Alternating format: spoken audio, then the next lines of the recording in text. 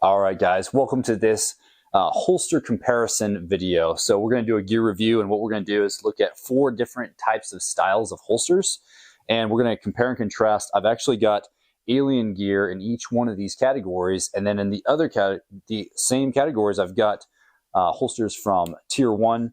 I've got Blade Tech. I've got G-Code. These are holsters that I've run for years.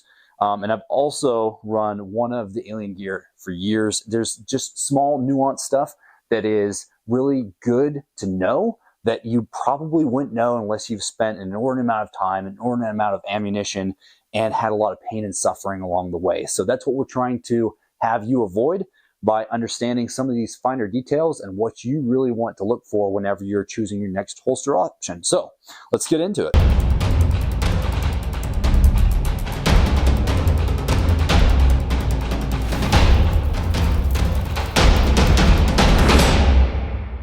Let's get into it.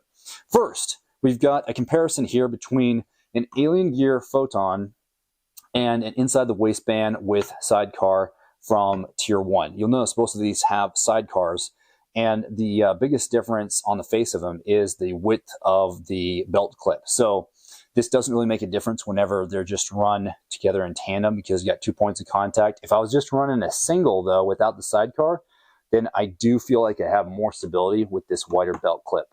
The other big difference between these two is you have the Kydex is folded over on the Alien gear, whereas there's an abrupt edge with this Tier 1.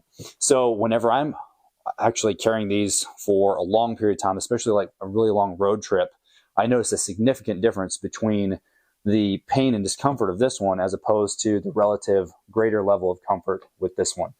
So otherwise, they're mostly the same, besides the fact that this Photon can also be the opposite side. So it is ambidextrous. Depending on which side you put the clip, it'll work.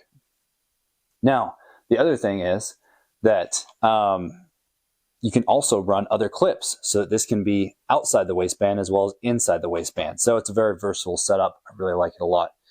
Moving on to outside the waistband dedicated holsters. We've got a level 2 holster from the Alien gear as well. And this one has the retention. So it has this lever where it will not fall out. It's not only passive retention, but it has some active as well. So you have to undo that. This one is a Blade Tech that I had for a few years. And it's a solid holster. There's no great problem with it.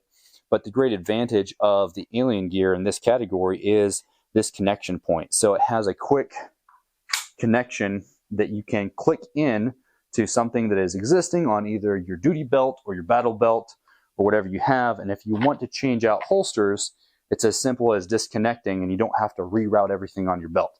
So that's another advantage with that. Now, when it comes to another single holster inside the waistband without a sidecar, this one is an Alien part of the Shapeshifter series. So it comes with a series of 4 different kinds of holsters.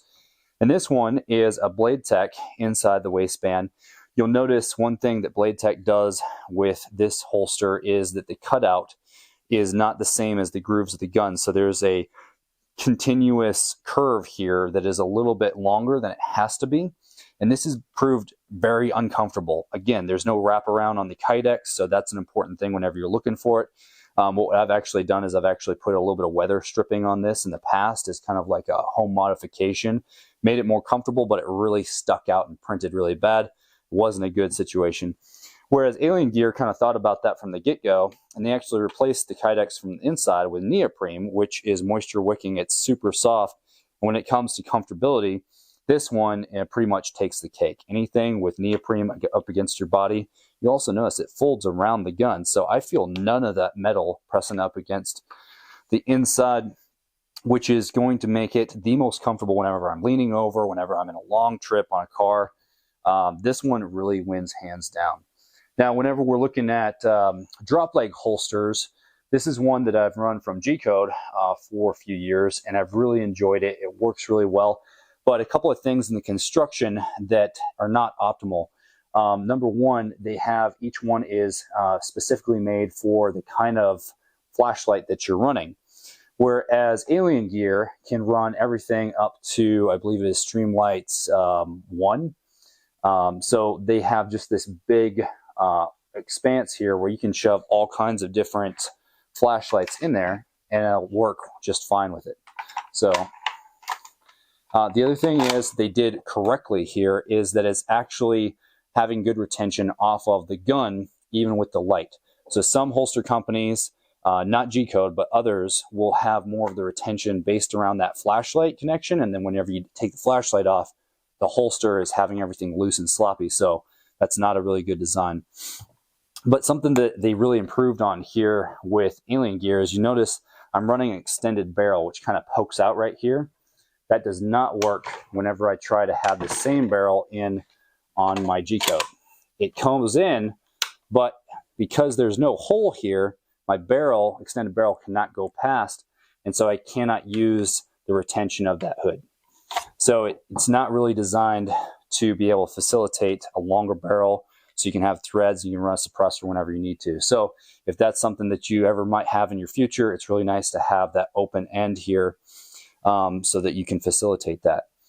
Now, something that is really cool with this is that they've got the same triangle connection here. So I can put this now on my hip, and if I don't want to run that, I can actually take that off, and then I can take this and slide that one in there. So that easy, I can actually change out from carrying on my hip to carrying on my drop leg. So, but the real technological advantage of Alien Gear's new lineup here is incorporating an actual tourniquet into the drop leg itself. So I'll show you guys how that works. Essentially, whenever I have this already on my belt, the way it's designed,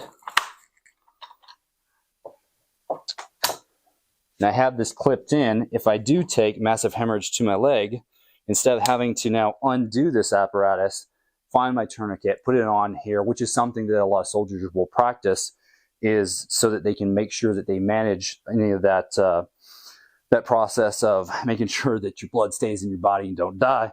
This is already incorporated in here where I can cinch off that blood flow already incorporated into the setup, which is super convenient. It's one-handed, it's been tested, it works extremely well, and it's already inside of this configuration of what I'm carrying already, which makes it super really very fast. So that is something that in the industry, I don't know why it wasn't thought of before, but it wasn't. Now we have it, so we should definitely take advantage of it. What I've done with my battle belt here is that you can actually run another one independent. It doesn't have to be part of a drop leg setup. They have the same thing, again, from Alien Gear, is this tourniquet built in, and I just attached my knife here as part of my drop leg. You don't have to do that, but you can run it independently on the other leg.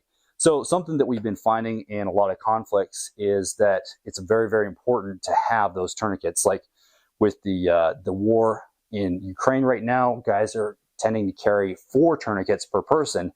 And so if you have 2 of these drop legs, you already have that built in for your legs. You'd only have to carry 2 more. That's something to consider depending on what your actual use of this is. But it's a great piece of tech. I highly recommend it. So whenever we're recapping here, depending on what you need for your holster, I would definitely recommend always make sure that it is going to serve its purpose well. It's going to work for its intended function.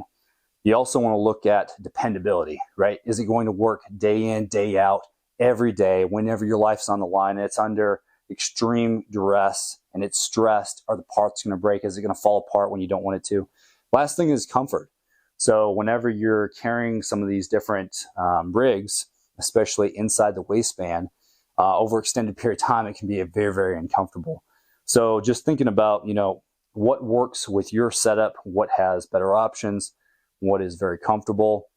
Here's some of the options. And personally, in almost every category here, I've been finding that Alien Gear has been leading the industry in the holster realm. So highly recommend you check them out. We'll have the whole link in the description below thing, and highly recommend them. There's a lot of good holster companies out there, But if you're looking for the best, definitely try Alien Gear.